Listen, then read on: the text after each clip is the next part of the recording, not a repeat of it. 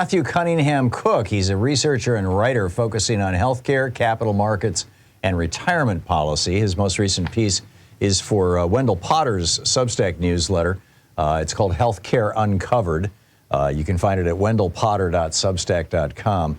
And Matthew, the title to Matthew's piece is Company Behind Joe Namath Medicare Advantage Ads Has a Long Rap Sheet of Misconduct. Fascinating. Matthew, welcome to the program. Tell us about this company. Where did they come from? Who are they? And why are we seeing 3,670 of their advertisements between October 15 and December 7th last year? Yeah, so they are one of the most recognizable ads for Medicare Advantage.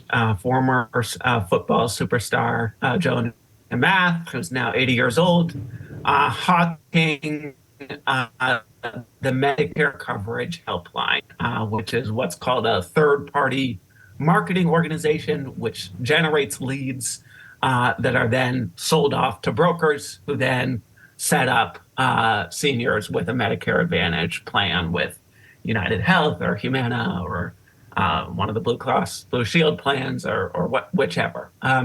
And yeah, what we found in our story is that this company has gone through 4 or 5 different name changes in 6 years. It just emerged out of bankruptcy. It was prosecuted by the Securities and Exchange Commission. It was prosecuted by the Federal Trade Commission. Well, didn't they go into bankruptcy because they got hit with a huge judgment for fraud?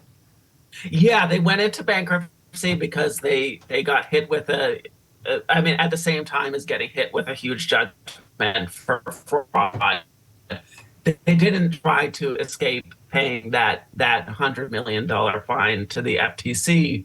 Really, what we found is they were trying to escape pending class action lawsuits for their violation of the Telephone Consumer Protection Act, which prevents telemarketers from basically cold calling without ultimately revealing the final employer that they are working for, in this case, a Medicare Advantage insurance plan or a Medicare Advantage broker.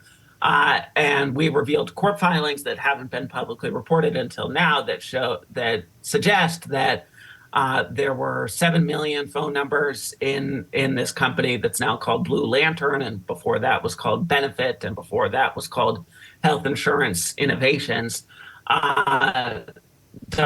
Had 7 million numbers, dialed people 16 million times, all of them potential violations of the TCPA. And under this bankruptcy, they're now basically free from that litigation.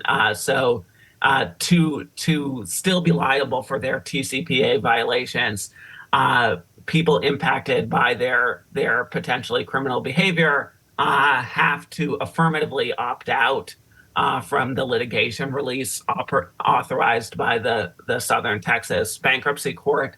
And so obviously that's going to be an enormously difficult hurdle for 7 million people to do that, and that means that the economic value to any class action litigation going forward is very limited. Is marginal. It's unlikely that litigation. So I grew up with Joe Namath. You know, they called him Broadway Joe, and he was he was a major football star. But he always, he used to dress in these long, fur coats and things. He was always like Mr. Flashy. He was very, very, very kind of part of the culture, I guess, back in the 70s and 80s, or whatever the era was. It was when I was much, much younger. How does Joe Namath feel about this? Does he realize that he's a front man for what is alleged to be a skeezy company, for lack of a better phrase, or is that just fine with him? Is he concerned about his reputation? I don't get it. Yeah, the New Republic, his agent said to the New Republic, that he's not in charge of vetting in 2021, that he's not in charge of vetting who he works for. But what we report in the story too is that, Joe Namath, has a history of associating with shady characters, and so this is kind of par for the course. Oh yeah, he owned a restaurant that was the mob hangout. A bar. Right. Go ahead. I'm sorry. Yeah. He co-owned a bar that had a bunch of mobsters and who liked to hang out there, and as a result, the NFL commissioner made him sell his interest in the bar. And then later on, it just came out last year that he employed a prolific pedophile coach at one of his football camps, and he's now being sued by one of the victims of that coach under New York's Child Victims Act, which opened the door for a bunch of litigation. Right. So, yeah, I think it's, I think this is, he sees dollar signs, is my guess, and that's where he's going to go. So here we have a company that has a long history of basically fraud or something close to it, that has gotten them into legal trouble, that has generated millions of dollars in judgments against them. And yet they continue selling, they continue hustling these Medicare Advantage plans.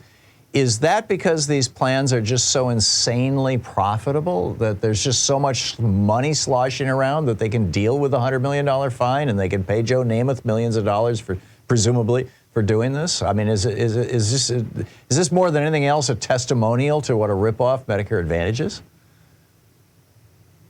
Yeah, I mean, I wrote an article last year for The Lever about how these Medicare Advantage cost the federal government as much as $140 billion annually relative to what traditional Medicare costs. So this is a world historic scam, basically. It's like those of us on the left are always talking about Lockheed Martin and defense contractors, very valid critiques, but actually I would argue that Medicare Advantage goes beyond any of the profiteering that you see at the Pentagon.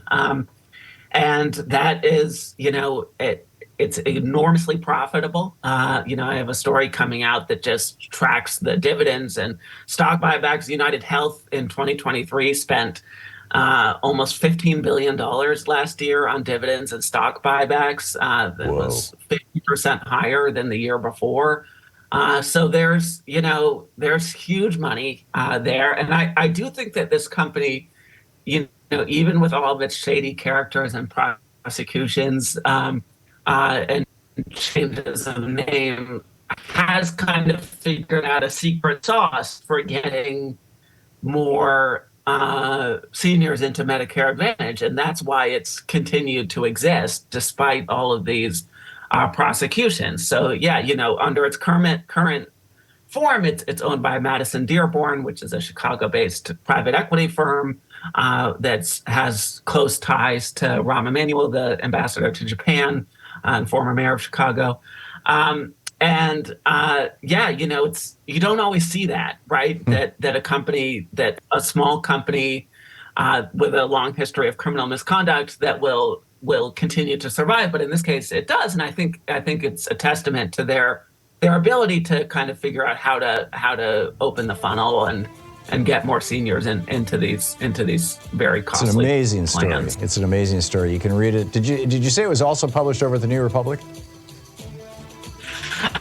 No. Okay. The Republic wrote it. Yeah, you can read it over at Healthcare Uncovered, wendellpotter.substack.com by Matthew Cunningham-Cook. Matthew, thank you so much for dropping by.